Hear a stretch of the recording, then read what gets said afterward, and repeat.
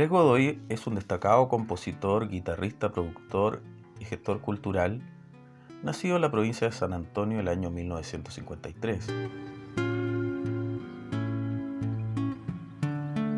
Desde muy joven se interesó por la música, convirtiéndose en un gran proyecto de la guitarra, formando e integrando un grupo colegial llamado Los Halcones. Lamentablemente, a los 14 años se ve involucrado en un accidente laboral en un molino, en donde perdió la totalidad de su brazo derecho. Aún así, su pasión por la música decidió practicar y tocar la guitarra a escondidas durante muchas horas al día, constancia y horas de práctica que le permitieron desarrollar un estilo único en el mundo, que consiste en una serie de golpes, tirones, rasguños, con los dedos, yemas, palmas y uñas de la mano izquierda golpeando o pulsando las cuerdas, y que al combinarse producen ritmos, armonías y melodías.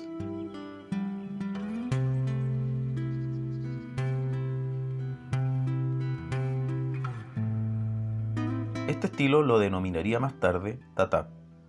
Su particular técnica no solo está inmortalizada en sus múltiples presentaciones y discos, sino que está plasmada en su libro Tatap, técnica de guitarra con una sola mano, del año 2012, en el que no solo explica su particular manera de tocar, sino que también la describe como una manera de vivir, de readaptarse y de encontrar soluciones a las crisis, adversidades y obstáculos que aparecen ante nosotros.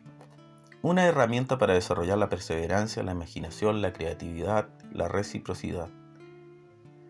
En su proceso de formación decidió ir a los Estados Unidos, donde pudo ser apreciado su talento por destacados músicos provenientes del fingerstyle, estilo que más tarde le abriría la puerta de Europa y de una importante cantidad de países del Asia Oriental. Por todo lo anterior, y esperando que les guste, dejamos con ustedes en Hablemos de a Andrés Godoy.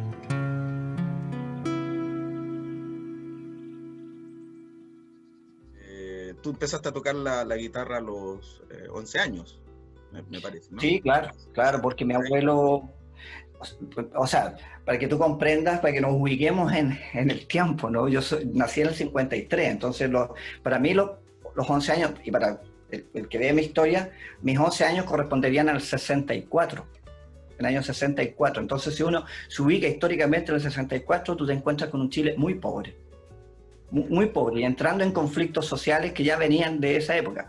De hecho, mi abuelo, que eran los que me criaron, ellos eran campesinos y se vinieron a San Antonio buscando, como los haitianos, como los venezolanos, buscando como los mexicanos que se van a Estados Unidos. Bueno, mi abuelo se vinieron a San Antonio, porque San Antonio comenzaba a nacer como un puerto, comillas, importante, y había mucho trabajo, entonces mi abuelo se vino. Entonces es importante recordar ese momento, porque cuando uno está en este ahora, cree que Chile siempre ha sido relativamente así. No, hace muy poco tiempo éramos un país realmente pobre. Hoy día, creo, seguimos siendo muy pobres, pero tal vez nuestra pobreza principal es cultural. Pero ese es otro tema que podemos profundizar más. Entonces, claro, me llegó la guitarra a los 11 años, pero porque yo veía en las fiestas populares, veía muchos músicos, y el hecho de la sonoridad me llamaba mucho la atención y me producía escalofríos internos como niño. En mi escuela no había música, no había instrumentos, no había nada, tú no escuchabas internet, no había radio, no teníamos televisión, no había nada, no. En mi casa ni siquiera había una radio. Entonces, cuando yo escuchaba música por ahí, me recuerdo la primera vez que escuché a los Beatles, eso fue lo que me reventó la cabeza. O sea, fue cuando escuché por ahí en la calle, yendo a comprar, me mandó a comprar mi abuela huevos y leche, y de pronto escucho Love, Love Me Do. Y ahí fue como abducido en el tiempo. Y dije, wow. Sin tener idea que esos eran los Beatles, sin tener idea que Inglaterra existía, sin tener idea que había una industria que era la industria de la música, probablemente popular, que se estaba desarrollando, sin tener idea de nada en realidad. Pero me quedó dando vuelta, y en esa inquietud entre mis amigos del barrio, como dice Charly García, Pero mis amigos del barrio, muchos de ellos eran pescadores, o sea, sus padres eran pescadores, y ellos como hijos iban a pescar también, muchas veces. Y algunos de ellos en el tiempo se ahogaron, ¿no?, yendo a pescar. Mi padre era carpintero. Y claro, me quedó eso de la guitarra y empecé a buscar y comprendí que los twists de la época, ¿ya?, de Oscar Arriagá, el twist del esqueleto que sale posteriormente, claro, empiezan a tienen una similitud. Entonces comienzo como a buscar ahí y hay un amigo, recuerdo que tenía una guitarra y que no era amigo, era una persona que yo lo conocía, pero me hice su amigo a propósito solo por el interés de la guitarra. Él, la verdad, no me interesaba mucho. Era un poco pesado, pero tenía guitarra. Tenía guitarra, eso era lo importante. Todas las cosas que uno hace por el amor, ¿no?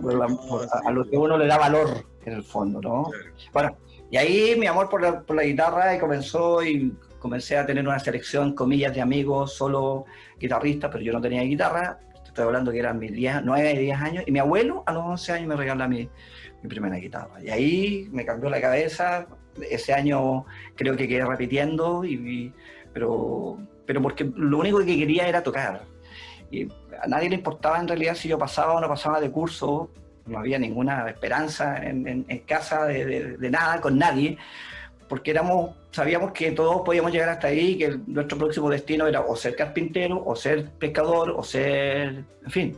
Claro, no estaba la visión que se tiene hoy día, que es muy distinta. En ese tiempo era solamente aprender a leer, escribir y sumar, y con eso ya tenías para la vida completamente.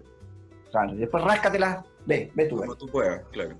Claro. Entonces, claro, para mí la guitarra significó, no solo la guitarra como instrumento, significó un refugio, fue un vientre, fue un punto en donde veía que las canciones que le gustaban a mi madre, como los tangos y todo eso, los boleros y todo eso, yo los podía tocar. Pero ya temprano, muy rápido, me di cuenta que podía yo hacer algunas líneas y que había un espacio, algo que se llamaba creatividad, pero que yo no sabía qué era creatividad. Pero me preguntaba cómo se hacían las canciones y cómo iba mirando los modelos de las canciones y iba haciendo mis canciones malas de aquella época y un poco imitando aquello, ¿no? Había un proceso de formación. Claro, era absolutamente autodidacta. No había una escuela como de música chilena como la pueden tener los argentinos, ¿no? Que tienen el tango, que tienen otra influencia. En cambio en Chile no. Claro, lo que tú podías hacer sí es aprender en la calle. Tú podías ir al cabaret, o tú podías ir al restaurante, algunos restaurantes de la época, o alguna fuente de soda donde grupos tocaban, y tocaban la música de ese momento, que tenía relación ya con lo tropical, con el mundo tropical, y ahí mi cabeza se puso en otro lado, y también habían agrupaciones que para mí eran extraordinarias en esa época, que solo tocaban instrumentales, como los Shadows, por ejemplo, pero había grupos aquí en Chile que solo tocaban canciones instrumentales, y eso para mí era como, o sea, la figura del cantante o los cantantes quedaban fuera. Había otra posibilidad, ¿verdad? Tal vez todo lo que te digo es muy tonto y muy obvio, pero para un niño que lo está recién descubriendo paso a paso porque nadie le dijo nada, porque no tienes una memoria a dónde ir, es realmente alucinante. Claro, por supuesto, o sea, esos primeras, o sea, la etapa formativa como niño siempre es tan potente porque estás abierto, digamos, todo te sorprende, te sorprende, entonces ahí no hay un juicio estético, no hay un juicio valórico, te sorprende solamente. Entonces, yo vengo del mundo de las artes, yo me acuerdo de haber visto los primeros murales, y hoy día tengo mi visión sobre eso, pero para mí eso era muy importante. O sea, todo lo que uno tiene en ese periodo y que parte de la música popular en tu caso, digamos, es un súper fuerte impulso, motivación. Es tan fuerte que a mí me formó, para mí esa es mi formación, es mi real formación. A mí, la verdad, la escuela no me interesaba un carajo, nada. Es más, no sentía que no aprendía nada, y que al contrario, estaba como siempre perdiendo el tiempo, pero no porque tuviera ¿cómo decirte? Este rechazo a la escuela o rechazo a aprender. Al contrario, quería siempre aprender. Pero el modelo era lo que no me entraba. Entonces, mira lo que es la cosa. A la vuelta de los años y a la vuelta de las décadas, mi cabeza, por supuesto, fue cambiando radicalmente en muchas cosas, fue profundizando. Producto de mi accidente, que ya lo podemos tocar eso, dejé de tocar y después fui a estudiar filosofía, tuve acceso a la universidad, el primero en mi familia. No terminé, no he terminado nada en realidad, pero sí estuve en la universidad estudiando filosofía. Pero, ¿cómo decirte? El método educativo es un tema que a mí me reventó la cabeza siempre. ¿Por qué? Porque es una herramienta a través de la cual tú o educas o embruteces. Claro. Entonces, tú no trabajas con 1, 10 o 100 niños, trabajas con millones de niños. Son millones de niños que están sometidos a una experiencia educativa. ¿Ya? Bueno, y siempre tuve mi mirada crítica sobre esto, pero lo que me comenzó a dar el contexto, comillas, de posibilidad del cambio fue hacer estos viajes que vengo haciendo desde hace 12 o 14 años por Europa y luego por Asia. Por Asia he estado en China, en Taiwán, en Japón, en Singapur, en fin, en muchos países. Y cuando voy a tocar, cuando voy a hacer conciertos, no solo voy a esos conciertos, hago masterclass en escuelas, hago masterclass en universidades, pero me interesa observar lo que sucede con las nuevas generaciones de estudiantes en esos países. Mira, en Shanghái hay un proyecto que reúne cerca de 3.500 escuelas públicas, solo en Shanghái. Solo en Shanghái, imagínate, 3.500 escuelas solo en Shanghái. Y esas 3.500 escuelas están, hace muchos años, hace 10 años, que están en un proceso de una investigación. Son cientos de miles de estudiantes. Y la educación es, te diría, 80% artística. Y han probado en el tiempo que los productos o los resultados, más que los productos, los resultados de esta educación son por varios puntos superior a la normal. Superan a la educación normal en varios ámbitos. En los ámbitos de la matemática, en los ámbitos de los desarrollos cognitivos, etc. Y me llamó la atención por qué sucedía eso y cómo llegaron a ese hecho. Y es que, claro, cambiaron su mirada política. Hubo una mirada política que puso el acento en qué es lo que... cómo podemos entender las cualidades de las personas. Y las cualidades de las personas tú las puedes detectar muy temprano, claro, en la vida de la persona. Las potencialidades. Las potencialidades, claro. Entonces son escuelas de detección de cualidades, entonces están muy adelantados. Nosotros, te digo, estamos muy atrasados. Sí, pero bueno, ese es otro tema. Pero mira dónde se llevó, ¿no? No, claro, pero es que ese proceso es interesante porque el tuyo ha sido como romper con el esquema clásico al que estamos acostumbrados, de decir que por esta estructura, si tú cumples con esa escala, vas cumpliendo estas etapas, vas a llegar a. Sí. Entonces lo que tú estás comentando, y me imagino que te conecta mucho por el proceso que tú viviste también, porque tú es empírico, absolutamente. Absolutamente. No es una idea que tú tengas, sino que es empírico porque tú te escapaste por decirlo así, de la academia, o de la forma, de la cosa de estructura, lo hablo como forma, academia, ¿no? Que te enseñan, te dice usted tiene que saber esto para saber esto otro, y no tiene un pensamiento divergente, digamos, que se apoya, digamos, lo que tú dices, las potencialidades de las personas, y en vez de tratar de igualar el conocimiento en diferentes materias, la posibilidad esta de potenciar, digamos, esa fortaleza interna que de pronto tenemos, y que finalmente con la escuela se apaga, porque te dice usted tiene que pintar, usted tiene que no salirse del margen, usted no va a ocupar este material de esta manera, y es finalmente te hace ser conducente, ¿no? Que te guía a esto. Entonces pierdes toda tu posibilidad, el maravilloso mundo que tiene uno cuando es niño, que es la creatividad.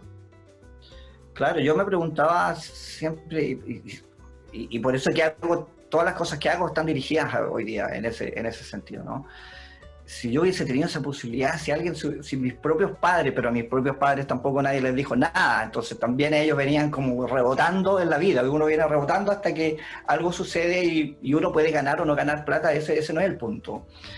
El punto es cómo se construye una cultura de relaciones entre las personas, de valorización entre las personas, no de poder, sino porque las relaciones deberían construir precisamente esa valoración con el otro.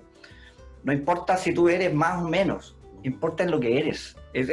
Bueno, ese es el punto. Y todos esos elementos, por supuesto, me empujan hoy día a desarrollar mi carrera de una manera que mucha gente me pregunta, pero ¿cómo lo hace? Lo que pasa es que no quiero estar en ningún Spotify, ni quiero estar en ningún lado. La verdad no me interesa. Me dice, pero Andrés, como tú mismo me acabas de decir, esa canción No Estamos Solos, sí, es bella canción, pero quedó en el pasado, no la toco más. Y no es porque no quiera, es porque estoy en otra cosa. Sí, por supuesto, pues tiene que ver y mis amigos me odian por lo mismo, muchos amigos me odian porque me dicen, pero Andrés, fui a tu concierto y no tocaste ni A, ni B, ni C, ni... Es que ya...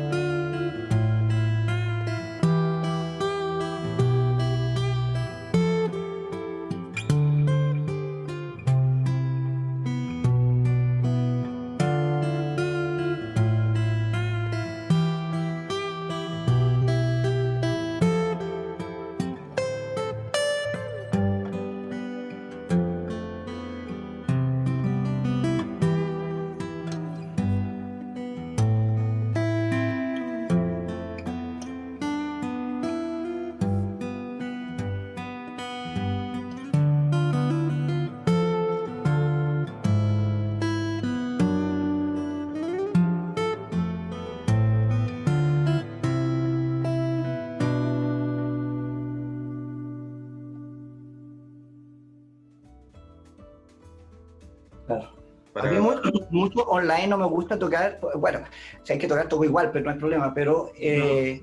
El rollo es que el online hay un montón de información que queda ahí, suena mal, por más que tú suenes, aquí yo sueno muy bien, pero no sé lo que suena allá. ¿Se escucha, no? Se escucha.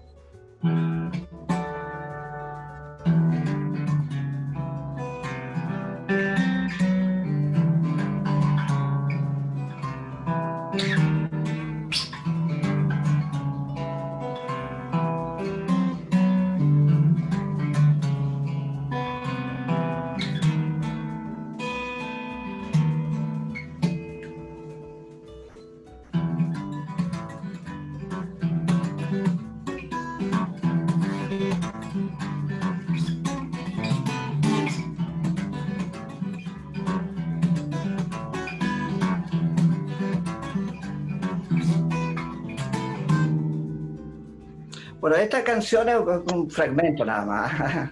Es un fragmento. Si te das cuenta, ahí es todo eso, como el vallado, ¿no? Y que Sí. después se junta con la milonga, ¿no? Es lo que te decía. Esta canción se llama Sputnik. Bueno, Claro. ya entrar en los detalles de mi técnica es otra cosa, ya, porque te das cuenta que el dedo chico... Sí, es con el meñique con el que tú pulsas. Claro, en ciertas ocasiones voy haciendo cosas como... No, con el meñique tiro. O sea, hace el raqueo, ¿no? Como por decirlo Tiro. así.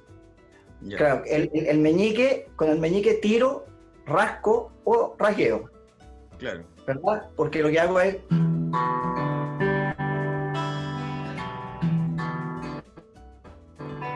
Eso es la más simple, ¿no?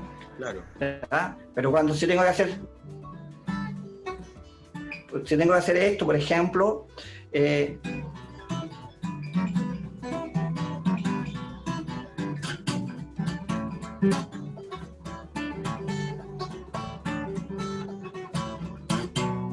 ese movimiento lo hago con el borde del dedo chico, no con la parte central, sino con el borde externo del dedo chico, para poder llegar a la nota. ¿Entiendes? Sí. Son cosas que tuve que desarrollar en el tiempo, en el largo tiempo. No llegué al principio, estaba tropezándome con la manera de tocar, ¿no? Y en el tiempo fui comprendiendo que los dedos todos tienen una particularidad y una posibilidad de movimiento y al alternarlos los unos con los otros puedo conseguir distintos tipos de combinaciones, ¿ya? Por eso es que este conocimiento surgió en el larguísimo tiempo y solo en la práctica, porque no tenía profesores para hacerlo. No tenía ningún referente respecto a cómo... No, nada. Pues se podía hacer. Claro, si quiero hacer frases...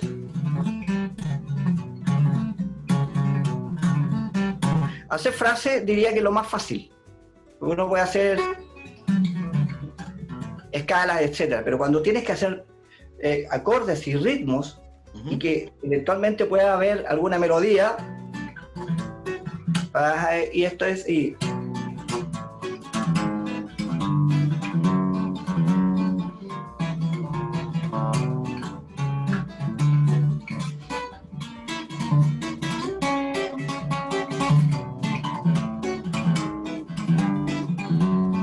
Es como jazz, ¿no? Pero no es jazz, es mambo. Es un mambo. Es un mambo. Ah, mira, sí, no, sí, es que es que suena Andrés Godoy. Sí. Claro, porque trato de como en la cabeza lo que uno, la información que uno tiene, Claro. y es muy única, digamos. Es muy... Claro, mira, voy a hacer una cosa aquí para mostrarte la parte de este tema, ¿no? Que cómo llego a al a la golpeteo. parte percutiva, ¿no? Que vengo de aquí. ¿Se escucha, no? Sí, se escucha. Ok.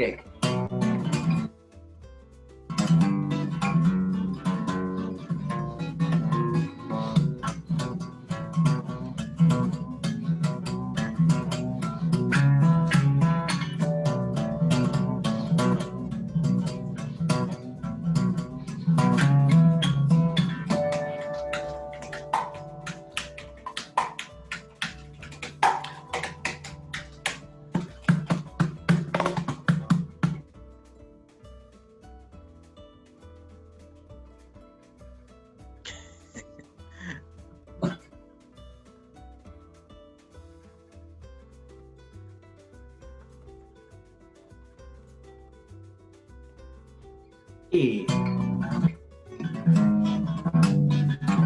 etcétera, ¿no? Ahí sigue la canción. Qué hermoso. Lo que quería mostrar, ¿verdad? Ahí era la mezcla de varias cosas. Uno, la figura, ¿verdad? Que puede parecer bien rockera, si se quiere. Mambo, pero medio rockero, medio jazz rock, ¿no? Sí, lo asocio al jazz.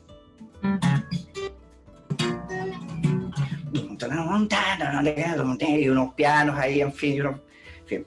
Pero lo interesante es que es solo la guitarra. Claro. Y la guitarra construye en sí misma la figura, porque yo al tocar, ojo, no solo hago la nota, con la palma voy haciendo unos pequeños, no lo puedo mostrar aquí, pero... Sí, como golpeteo, ¿no? Imperceptibles, pero que construyen ritmo. Entonces la figura no queda sostenida en el aire, sola. Queda sostenido en un background de percusión que están hechas por las palmas, por las partes bajas de la mano, que no tienen que ver con la yema, con la punta de los dedos, que son los que van haciendo la figura. La figura, claro. Y lo mismo...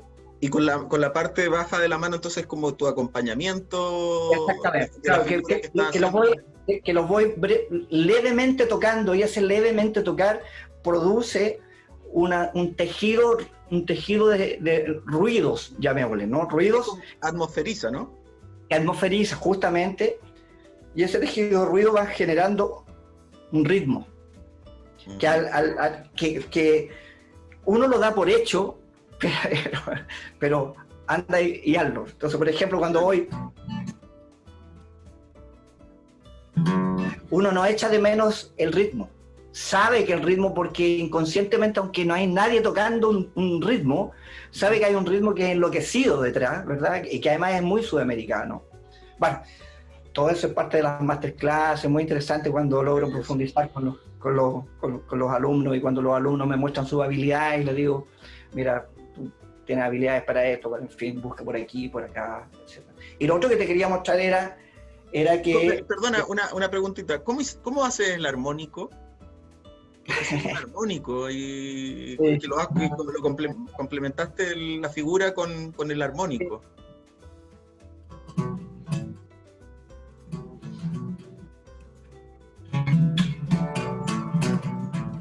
Entonces el armónico queda como una nota suspendida, ¿verdad? Claro, pero es un armónico que tiene dos o tres notas. Ese armónico está compuesto por 2 o 3 notas, como armónico, no es una. Entonces queda como un acorde.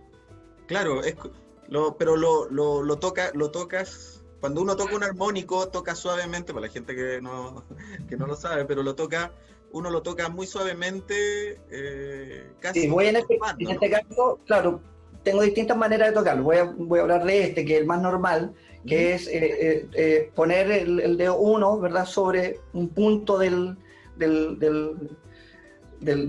brazo, digamos, de la guitarra, y con el dedo 4, en este caso, en el chico, porque no tengo otra alternativa. Normalmente tú vendrías con la derecha, claro, ¿verdad? Con la mano derecha a hacer un armónico. Claro, lo pulsaría suavemente para que... Entonces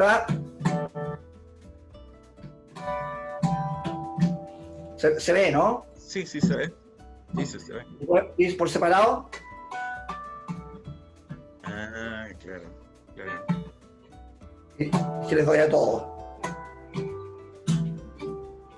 Ya. Fantástico, increíble. Qué increíble. Incorporado ya. Claro.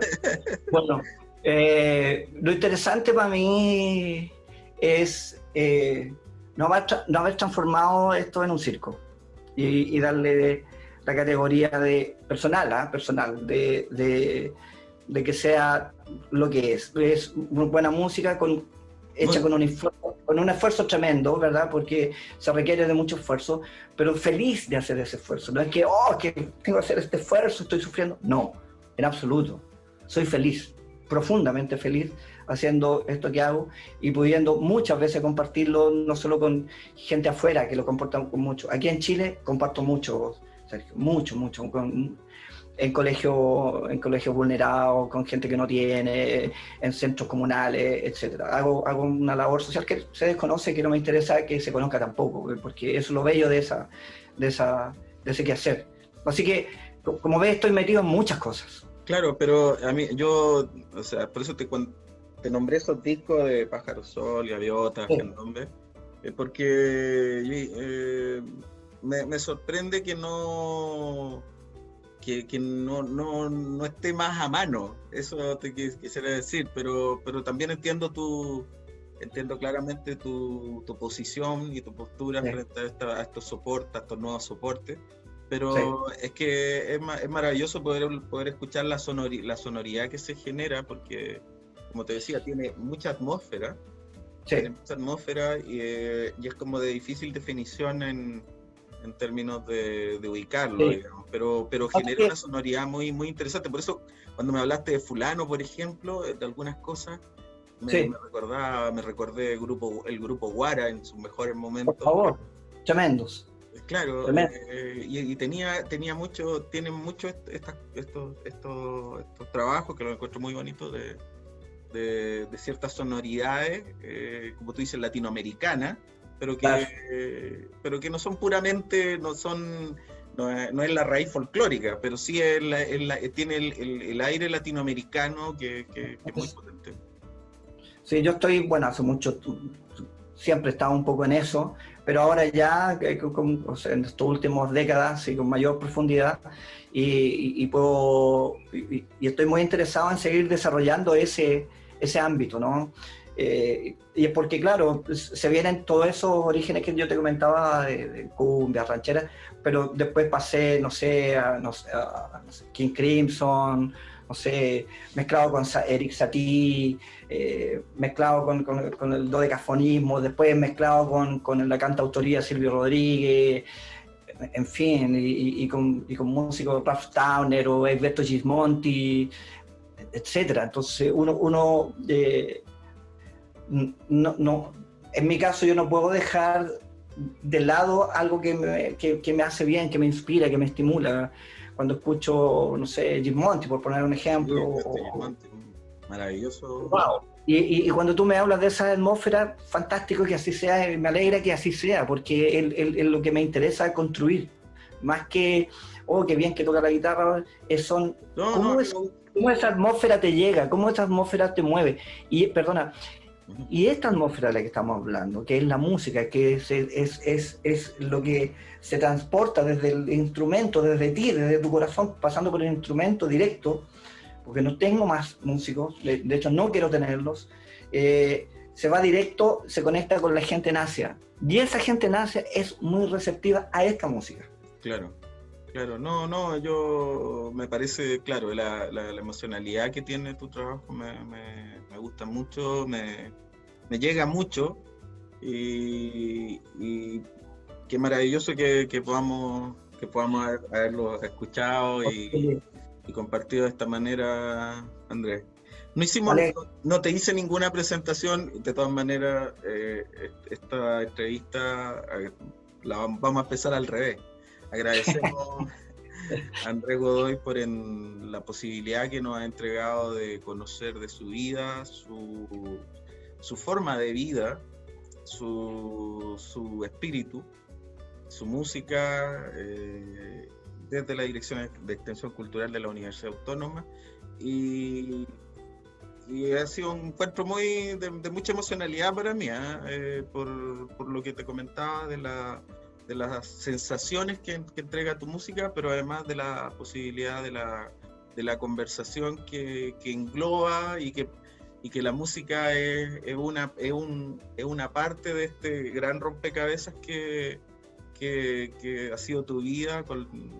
Ni siquiera hablamos de otras cosas, pero fue muy interesante poder conversar desde la parte humana, y ahí caímos en otras cosas que son de mucha profundidad y que me parece muy interesante que la gente las pueda conocer.